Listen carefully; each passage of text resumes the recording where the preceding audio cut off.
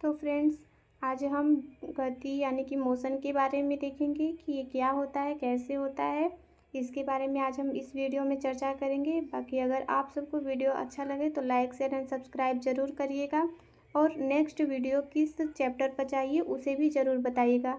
तो चलिए शुरू करते हैं कि गति क्या होती है। तो सबसे पहले है दूरी, कि दूरी क्या होती है।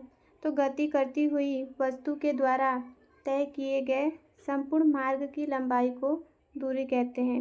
यानी भी कोई भी वस्तु हो जो गति कर रही हो और उसके द्वारा जो संपूर्ण मार्ग की लंबाई जो तय वो जितनी दूर जाती है, संपूर्ण मार्ग की जो भी लंबाई होती है उसे ही हम दूरी कहते हैं। बाकी आगे देखते हैं कि दूरी क्या होता है, कि दूरी का राशि क्या है। तो दूरी जो होता है वो अदिश राशि होता है। दूरी का मान सदैव धनात्मक होता है। दूरी का मान ऋणात्मक नहीं हो सकता, इट मीन्स धनात्मक होता है। दूरी का जो एसआई मात्रक होता है वो मीटर होता है। दूरी को हम ओडोमीटर यंत्र द्वारा मापते हैं। जो ओडोमीटर होता है उसके द्वारा हम दूरी को मापते हैं। आगे देखते हैं विस्थापन क्या होता है, जिसे हम डिस्प्लेसमेंट कहते हैं। तो देखते हैं विस्थापन के बारे में।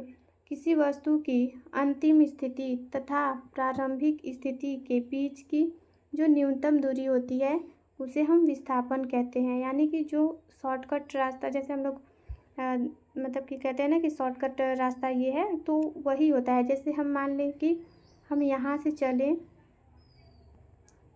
चले और फिर यहाँ गए, यहाँ रुक गए, तो इतना कि डिस्टेंस जो होता है ये हमारा दूरी हो गया। यहाँ से यहाँ तक हमारा दूरी हो गया।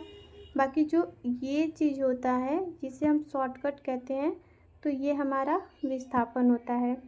तो चलिए आगे देखते हैं। विस्थापन जो होता है वो सदिश राशि होती है, जबकि एक मिनट, आप सब देख सकते हैं इधर जो दूरी था, यहाँ पर दूरी जो है वो अदिश राशि होती है, जबकि हमारा जो विस्थापन होता है वो सदिश राशि होता है। ठीक है, दूरी जो होती है वो अदिश राशि होती है, यानी कि हम जितना भी दूरी तय करें वो अदिश राशि होगा, और जो हम शॉर्टकट में तय करते हैं वो हमारा सदिश राशि होता है। और विस्थापन का मान धनात्मक, ऋणात्मक एवं शून्य भी हो सकता है, जो कि दूरी में सिर्फ और सिर्फ धनात्मक था। लेकिन विस्थापन जो है वो धनात्मक, ऋणात्मक और शून्य भी हो सकता है। और विस्थापन का एसआई मात्रक मीटर होता है। हम देखे थे दूरी का भी एसआई मात्रक मीटर ही था और विस्थापन का भी एसआई मात्रक जो होता है वो मीटर ही होता है। आगे देखते हैं चाल क्या होता है। चाल यानी कि स्पीड, किसी वस्तु द्वारा इकाई समय में तय की गई दूरी के मान को उस वस्तु की चाल कहते हैं।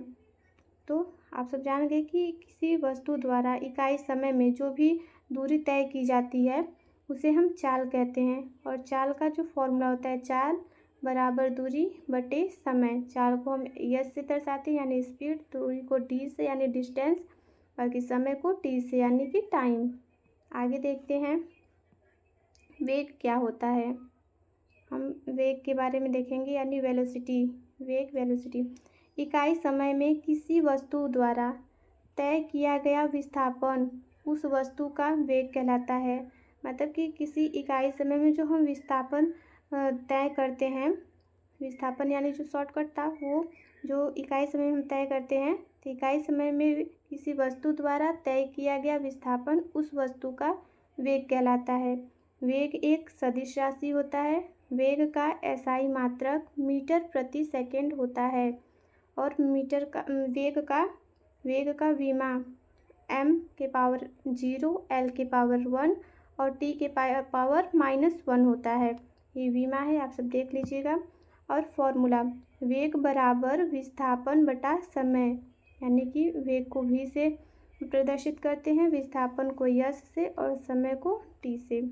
या हम ये भी कह सकते हैं कि विस्थापन परिवर्तन की दर को वेग कहते हैं। अगर हम इजी वे में याद रखना चाहें तो ये कह सकते हैं विस्थापन परिवर्तन की दर को वेग कहते हैं। बाकी इसके ऊपर एक क्वेश्चन यहाँ पर दिया हुआ है एग्जाम्पल के तौर पर, तो आप सब इसे देख सकते हैं। जैसे है, एक चालक समान गति से अपनी कार को चलाता है और 60 सेकेंड में 288 मीटर की दूरी तय करता है, तो गति क्या होगी? गति यानी कि चाल, तो वही इसका फॉर्मूला लगा देंगे, दूरी बटा समय। बाकी आप सब देख सकते हैं इसका आंसर 4.8 मीटर प्रति सेकेंड आया है। अब हम आगे देखेंगे संवेग। संवेग क्या होता है? द्रव्यमान और वेग के गुणनफल को संवेग कहते हैं। जो द्रव्यमान होता है और वेग होता है, उसका जो गुणनफल होता है उसे ही हम संवेग कहते हैं। इसे p से प्रदर्शित करते हैं और इसका एसआई मात्रक, संवेग का एसआई मात्रक केजी मीटर प्रति सेकेंड होता है। और फॉर्मूला देख सकते हैं, p बराबर m इंटू वी। m हमारा द्रव्यमान है, v हमारा वेग है और p जो है संवेग है। आगे देखते हैं आवेग क्या होता है। आवेग के बारे में हम सब देखते हैं। तो जब कोई बल किसी वस्तु पर क्षण भर के लिए कार्य करता है, तो इस बल और समय अंतराल के गुणनफल को आवेग कहते हैं। मतलब कि जब किसी वस्तु पर कोई क्षण भर के लिए, मतलब कि प्रति सेकंड के लिए हम मान सकते हैं, कोई क्षण भर के लिए कार्य करता है, कोई बल जो है उस वस्तु, किसी वस्तु पर कोई बल क्षण भर के लिए कार्य करता है, तो इस बल और समय अंतराल के गुणनफल को ही आवेग कहते हैं। आवेग हमारा सदिश राशि होता है। आवेग का जो मात्रक है, आवेग का एसआई मात्रक न्यूटन गुणे सेकेंड होता है। आगे देखते हैं कि दाब क्या होता है। दाब यानी प्रेशर। इकाई क्षेत्रफल पर किसी वस्तु पर लंबवत लगने वाला बल को दाब कहा जाता है। इकाई क्षेत्रफल पर किसी वस्तु पर लगने वाले जो बल होते हैं उसे दाब कहते हैं। दाब अदिश राशि होता है। दाब का एसआई मात्रक पास्कल होता है। फॉर्मूला बाकी देख सकते हैं, दाब बराबर बल बटा क्षेत्रफल यानी P बराबर F/A, और इसका जो मात्रक हो जाएगा न्यूटन प्रति मीटर स्क्वायर। और इस पर भी एक क्वेश्चन दिया हुआ है, तो आप सब देख सकते हैं। नॉर्मली ऐसे ही क्वेश्चन आते हैं एग्ज़ाम में फॉर्मूला बेस्ड, तो आप सब फॉर्मूला याद कर लीजिएगा। बाकी ये ग्रुप डी के लिए और बाकी LP और टेक्नीशियन के लिए भी काफ़ी बेनिफिट होगा, तो आप सब इसे ज़रूर देखिएगा। तो चलिए क्वेश्चन देखते हैं। एक वस्तु का द्रव्यमान 85 kg और वेग 60 मीटर प्रति सेकेंड है। वस्तु का संवेग ज्ञात कीजिए। तो संवेग हमारा था, फॉर्मूला संवेग का था P = m इंटू वी। तो इसका जो m यानी कि द्रव्यमान है वो 85 kg यहाँ पर दिया हुआ है, और v यानी कि वेग जो है हमारा 60 मीटर प्रति सेकेंड यहाँ पर दिया हुआ है। तो इसका हम मल्टीप्लाई करके निकाल लेंगे तो इतना हमारा आंसर आएगा। आगे देखते हैं प्रक्षेप गति। प्रक्षेप गति क्या होते हैं? तो फिर उसके बाद सबसे पहले दिया है परास, क्षैतिज दिशा HD यानी कि हॉरिजॉन्टल डायरेक्शन। क्षैतिज दिशा में तय की गई दूरी जो कुल दूरी होती है, मतलब कुल दूरी का परास कहलाता है। क्षैतिज दिशा में तय की गई कुल दूरी का परास कहलाता है। आगे देखते हैं उड्डयन काल क्या होता है। प्रारंभिक बिंदु से अंतिम बिंदु तक जाने में लगा समय उड्डयन काल कहलाता है। यानी प्रारंभ एक बिंदु से दूसरे बिंदु तक जाने में जो समय लगता है उसे ही उड्डयन काल कहते हैं। और फॉर्मूला, ये कुछ फॉर्मूलाज दिए हुए हैं, आप सब इसे याद कर लीजिएगा, क्योंकि इस पर मतलब क्वेश्चन आता है जनरली। सीधे क्वेश्चन ही, मतलब कि नॉर्मल फॉर्मूले पर ही क्वेश्चन आ जाता है, तो आप सब जो फॉर्मूला होता है उसे ज़रूर याद करिएगा। बाकी आप सब देख सकते हैं आर हमारा दिया है, मतलब कि इसमें आर मैक्स करके दिया है, एच मैक्स दिया है, तो आप सब ये फॉर्मूला देख सकते हैं। R = U² sin2 θ/g small g। R max है U²/g, H max U² sin² θ/2g, और टी जो हमारा कि उड्डयन काल है 2U sin θ/g। बाकी यहाँ पर ये जो मान दिया गया है, मतलब इसका मतलब क्या है, जैसे U प्रारंभिक वेग है, Q जो मतलब क्यों मैं बोल रही हूँ, थीटा जो है वो प्रक्षेपण कोण है, और स्मॉल g गुरुत्वीय त्वरण है, और जो t है वो चढ़ान या उतरान काल होता है, जो हम जिसे उड्डयन काल कह रहे हैं वो। बाकी यहाँ थीटा का मान जो होता है वो 45 डिग्री होता है, और ये जो है फिगर है, आप सब इसे देख सकते हैं, ग्राफ है। एंड अब दूसरा ग्राफ देखते हैं हम सब इसके बारे में। तो ये जो ग्राफ है ये दिया गया है वेग के बारे में। वेग बराबर क्या होता है हमारा, विस्थापन बटा समय होता है। तो ये जो वाई एक्सिस है ये हमारा विस्थापन है और जो एक्स एक्सिस है वो हमारा समय है। और इसमें कुछ मतलब कुछ डायरेक्शन दिए गए हैं कि कैसे कैसे जा रहा है, तो उसका मतलब यहाँ पर लिखा हुआ है, आप सब देख सकते हैं। जो हमारा पहली लाइन गई हुई है ये, तो इसका मतलब है कि वेग एक समान रहता है, इसमें कोई मतलब चेंजेस नहीं हो रहे हैं, तो इसमें वेग एक समान रहता है। और बाकी दूसरी लाइन जो गई है इसके बारे में यहाँ पर दिखाया गया है कि वेग जो है बढ़ता है, मतलब यहाँ से ऐसे जा रहा है तो वेग बढ़ रहा है।